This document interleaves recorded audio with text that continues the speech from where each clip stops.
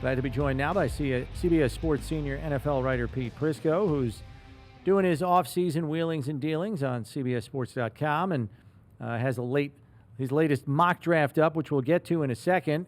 First of all, Pete, thanks for joining us. We've seen the first wave of free agency kind of come and go here. What does still stick out for you position-wise for the Bills in terms of things they probably need to address, if not in what's left of free agency coming up here in the draft? Well, I actually think they did a nice job in free agency. I think, a lot of people look at Bosa and say, oh, but if he's on the field, he's a good player. Now he has to stay on the field. If you're the Bills, you keep him in bubble wrap until the postseason. I mean, within reason. If it's you want him around to sack the quarterback late in the game against the Chiefs. I mean, that's what you want him for. They thought Von Miller would be that guy. It didn't work out. And so now you take another swing at a veteran pass rusher. I like the move. I think getting Palmer helps, and look, he's not a clear burner by any stretch of the imagination, but you look at those yards per catch numbers the last couple of years, he can get down the field, and that's something I think they needed because everybody kind of played them in a box last year. And I think Josh Allen needs to get the ball deeper down the field. I think he will with a guy like Palmer. So I think those are two good moves. Michael Hoyt was a nice signing, and Okunjobi's a good guy to have around, but now they're suspended, so there's concern there. So I think a big body defensive tackle is still something they need, and they have to get a corner. And if you look at this draft, where they're picking, I think they have to draft a cornerback. I really do. I think when you look at that position as a whole, they need game changers on defense. They need guys that you look at them and you say, you know what? That guy's going to be a star at corner, and I think they have to address that in the draft. You said the Bills need to go after cornerback in the draft. Well, your latest mock draft has the Bills drafting a Kentucky cornerback, Maxwell Hairston. How is Hairston a game changer? I think he might end up being him and Barron, the kid from Texas, might end up being the two best corners in this class. And I know Will Johnson's a guy people love, the kid from Michigan. I'm concerned about his 40 time. When I watch Hairston's tape, he's a guy that not only can cover in man-to-man situations, but he's willing to go hit you. And, I mean, that's something that you don't see a lot. And I know the Bills are big on their corners being able to tackle, and I think that's important. And he does it. He's willing to do it. And you can see here, that's closing speed, makeup speed, and all corners have to have that. He plays with a swagger. He plays with an attitude, and I think he'd be a nice addition to their team. Yeah, and, looking at your mock in terms of how you envision the first round unfolding, and this isn't a surprise because I would subscribe to this theory as well, big guys go early because there just aren't as many of them walking around on the planet. And you have a lot of the DTs in what is a very good defensive tackle class coming off the board mid-round. Some guys have these players lasting till the bottom of round one. I don't foresee that happening either. So I guess to your point, you see the best positional value at a position like corner, maybe even safety at the bottom of round 1, too, because less of them will be off the board than defensive linemen, right? Absolutely. Those big guys go quickly, and, everybody wants the bigger, better, guys, and you take your chances on those big bodies, particularly what we're seeing in the way the game is played now. Everybody wants to kind of emulate what the Eagles did. They're physical on the offensive line. They're physical on the defensive line. You got to counteract that. You got to be able to be physical in the middle of your line, and the Bills haven't been. I mean, Ed Oliver could be so much of a better player if he had a big power player next to him, a dominant guy. And now, having said that, this is a deep defensive tackle class. And I'll give you an example of a guy down the line that the Bills could take, I think would be a great addition. Caldwell, the defensive tackle, Jamari Caldwell from Oregon. He's a 335-pounder and plays in the middle of that line next to Harmon. And most people look at Harmon and they say, okay, well, who's the other guy? And I went to watch Harmon, and I kept coming back to Caldwell. And he's getting blown out against Ohio State late in the game, in the playoff game this year. The second to last play is a run play wide. And Jamari Caldwell, at 340 pounds, goes and chases the back down to the sideline on the second to last play of the game. That's telling to me. So that's the kind of guy the Bills could use in the middle of their defense. Yeah, that's effort, and the Bills love to chase a player who can show that on tape, kind of fits that type of DNA that Sean McDermott is looking for. If you go up to the first few picks in your mock drafts are funny because you do them and then something happens, and then it's, well, would I still keep this or would I change this? I'm looking at number 3 pick of the New York Giants. The Giants now have their quarterback in Russell Wilson. You had the Giants picking Shedeur Sanders before the news came out that the Giants were taking Wilson. Does this stay the same for you or does it change? It probably changes. Again, I got to do another mock draft next week. I have to do another couple before the draft, one on the final day, and then I do one that who they should draft, which is the one I like to do because this is kind of trying to predict it.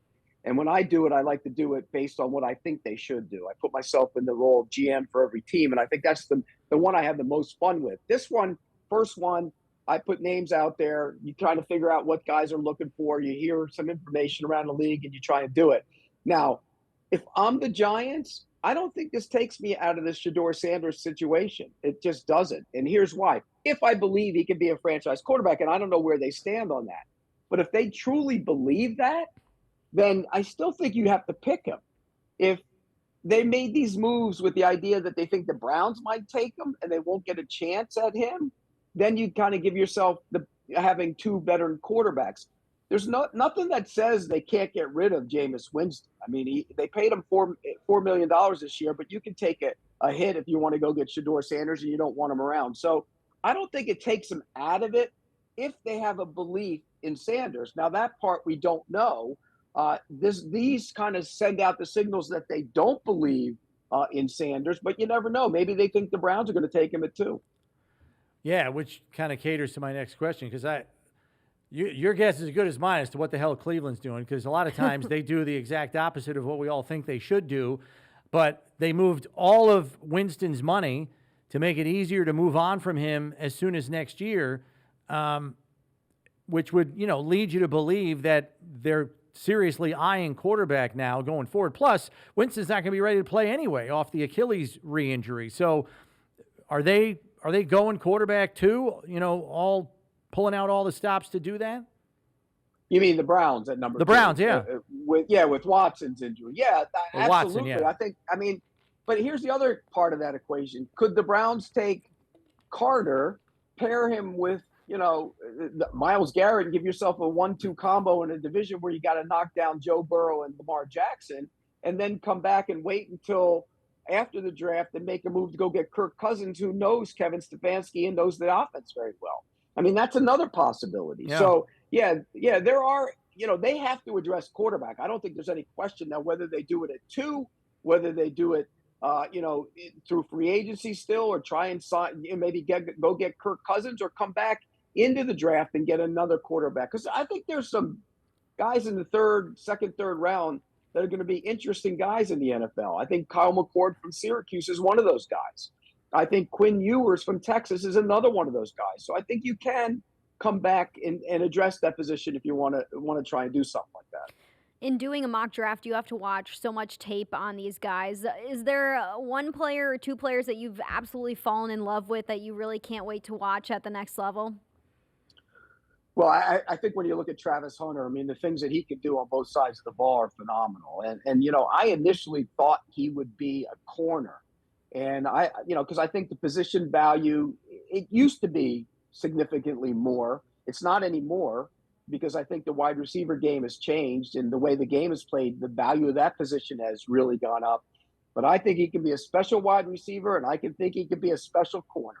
I mean, this kid can do so many different things, and the instincts are there.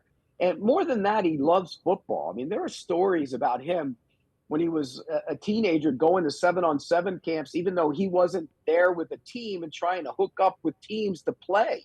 I mean, that speaks a lot about a player. And so I think he's one. And when you watch his tape, boy, I tell you what, he really impresses you. He's one of those guys that stands out. I don't love running backs in the first round, but I'll tell you what, Genti is a heck of a runner. I mean, he really is. Having said that, this is a deep class of running backs. There's probably 15 guys in this class that I think are going to be major contributors in the NFL. So you have to kind of balance it out. Is it worth taking a running back at that spot when you can get one in the third round that's going to be a contributor. And 5 years from now, you might be replacing that running back because we know the life expectancy of a back isn't very long. Last one I've got for you, Pete, concerns Aaron Rodgers, who went from a very coddling situation in New York the last couple of years where they catered to his every need to a very potentially very structured environment in Pittsburgh because the musical chairs have all but stopped. It looks like he's going to land there. How do you see that going? Because to me, that's a culture 180 for Aaron Rodgers in terms of what he's walking into with Mike Tomlin and that crew there. I think there'll be mutual respect there. I do think that, Aaron Rodgers, the players like him a great deal. I mean, his teammates like him. And he's a guy that's going to put the work in.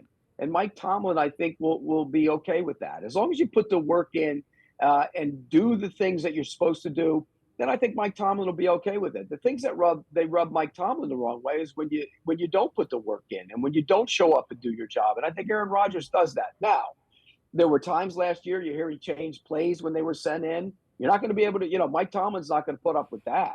So he is going to have to adjust a little bit. I think the offensive scheme is a little bit different than what he's used to. Rodgers doesn't like a lot of motion, so I think that's something they're going to have to adjust to. But look, if he's going to play, and now there's some talk, will he play? I think the Steelers are the last option for him, and I think it makes sense for the Steelers because what else do they have? I mean, if they don't have Aaron Rodgers, they have nothing.